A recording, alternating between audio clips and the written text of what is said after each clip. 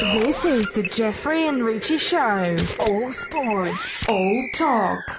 Hello there, and welcome to the Geoffrey and Richie Sports Show. I'm Richie Benno. Thanks for downloading and for listening. I'd like to introduce my colleague, Geoffrey Boycott. Good morning, Geoffrey. Morning, Richie. Morning, everybody. How are you? Well, I just want to actually go back to when I say morning, Richie, morning, everybody, because I've been told apparently I tend to sound bored. which of course I'm not. No.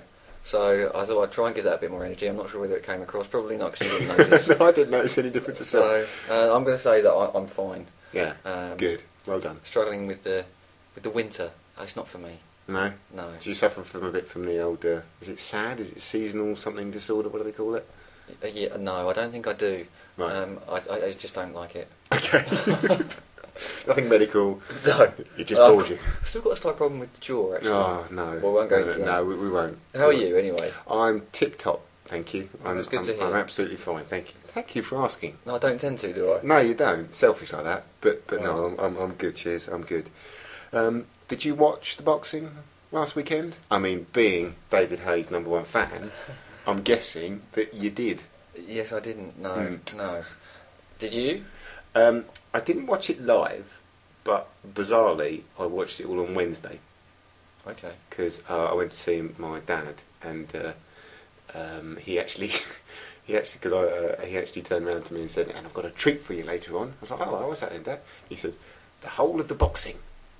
Nice. I said, "Oh, cheers, mate. That's brilliant." I didn't quite have the guts to tell him I'd actually watched it already on YouTube, start to finish. And I hope he's not listening to this. So sorry, Dad, to ruin it, because I haven't actually told him it, and I withheld that fact from him. But yeah, I did see it.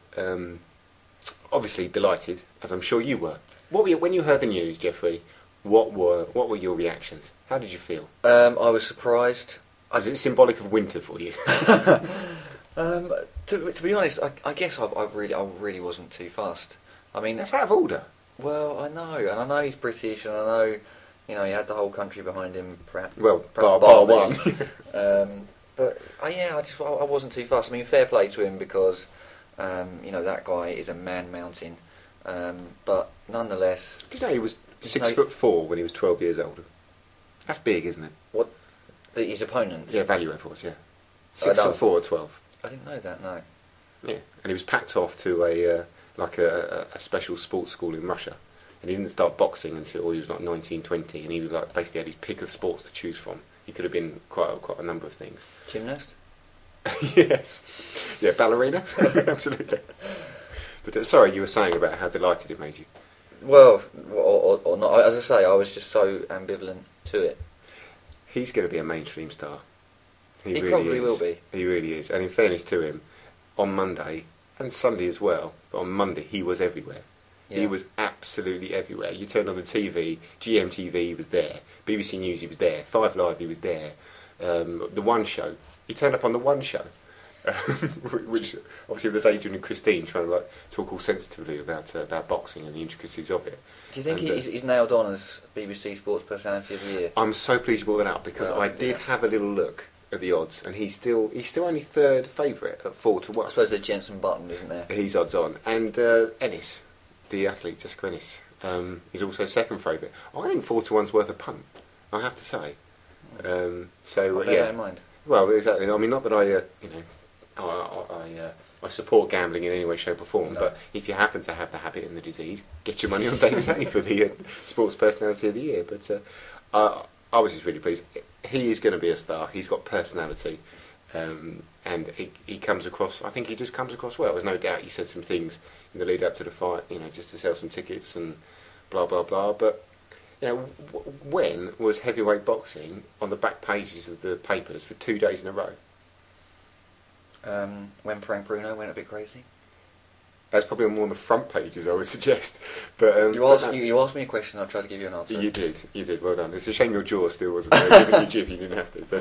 But yeah, I just think it's great. He's going to be a star, and to win away from home on points, in a fight which, frankly, I probably could have gone either way. Truth be told, it depends on how you look at it. Valuev missed for the whole fight, and and David Hay kind of danced around for the vast majority of it. You know, he caught him a couple of times with that. There's no doubt. He probably just shaded it, but one of the Sky commentators, Jim Watt, he had it to Valuev, and Ian Dark, the main commentator, had it to Hay. So I think it was a bit of touch and go. It was a little bit touch and go, but thankfully for the Haymaker.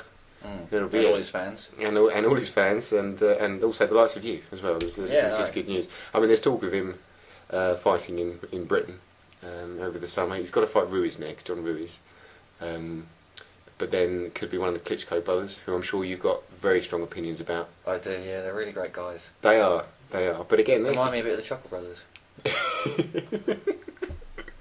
But a bit stronger. Yeah. I'd quite like to see the Klitschko's on CBBS and things like that, just to kind of check them out. But no, certainly a week for David Hay, no doubt about that. Geoffrey and Richie. Oh, Geoffrey, we're going to talk about the cricket now. Cricket go. That's good. That's good from you. Yeah. Tour starts tomorrow officially. It does. How are you feeling about it? I'm going to go with reasonably confident that we can. That will certainly. I think it will be competitive. Yep, I agree. I've got no hopes for us in the 2020 games because we seem absolutely appalling at that format. Oh, we're rubbish. We really are. The one dayers will be interesting. I think that we'll certainly be more competitive. Obviously, there'll be Strauss at the helm. He started the tour off in amazing fashion. So I think we'll have a decent enough shout at the one day, at the 50 over format. Again, I don't think we'll be able to pull off a series win. Now, when it comes down to the test matches, that I think it'll be very, very interesting. Is that the chronological order of the tour? I'm going to go with yes, but okay. Officially I don't know. But the fact that we start with the 2020 two-game series, it'll be weird for them to then go test matches and then one day. So I think they will build up to the test matches. Only the ECB would organise a schedule like that. So let's have some faith in cricket South Africa. But yeah, I mean, there's a few players in good touch and good nick. Obviously, KP come back. Yeah, it'll be very interesting to see. I mean, I don't think he's in contention for the 2020 games. No, he's only just joined up for the tour, isn't he? But I mean, he will certainly lift us. Although I don't think we've missed him hugely. Would you say? No, I would agree. But he walks back into the team. He really does. I'm not sure who. I mean, certainly in the shorter format of the game, who would be your immediate choice for him to replace? Well, it's tricky. I mean, Morgan's done well, I think, since he's come. He has done well. Papara? He's not even done in the squad, is he? No, he's not. No. But sorry, I mentioned him. They're always riled when I talk about that guy. Well, to be honest, it might be Collingwood, mightn't it? Yes, it has. It's got to be Collingwood. I mean, who else could it be? Obviously, there's talk of Trott. I think he's done pretty well since he's come in, to be honest. He has. I mean, I know that they play Cook for one of the games. I don't see him as a good one-day knowledge, specialist. Geoffrey. Good knowledge. Thank you very much. Yeah, I think he got 30 odd. Oh, interesting. Which was reasonable. But Collingwood hasn't got runs. Not to say Collingwood too much in the past 30 seconds, which I have. But understandably, because he's on your mind at the moment. He really is. I suppose the only thing, obviously, that's different that Collingwood offers is the dibbly-dobblies. Yeah, which are annoying as hell, but do seem quite effective. He's one of our few one-day specialists as well, and he's genuinely world class. I think what we can do here, I think we can conclude that we're unsure, and it's quite lucky that we're not selectors. Unlike us. Geoffrey and Richie. Right, if you'd like to download the full version of the Geoffrey and Richie Sports Show, including more cricket talk, football talk, including the best foreign imports into the Premier League, the winners and losers over the past 7 days of sport as well, go to iTunes and download us there. We are the Geoffrey and Richie Sports Show. Also, please do visit our blog.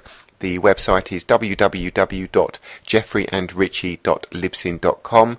You can email us at geoffreyandrichie@hotmail.co.uk, and of course do follow us on Twitter. Our username is G&R_podcast. Many thanks and see you all next week. This is the Geoffrey and Richie Show. All sports, all talk.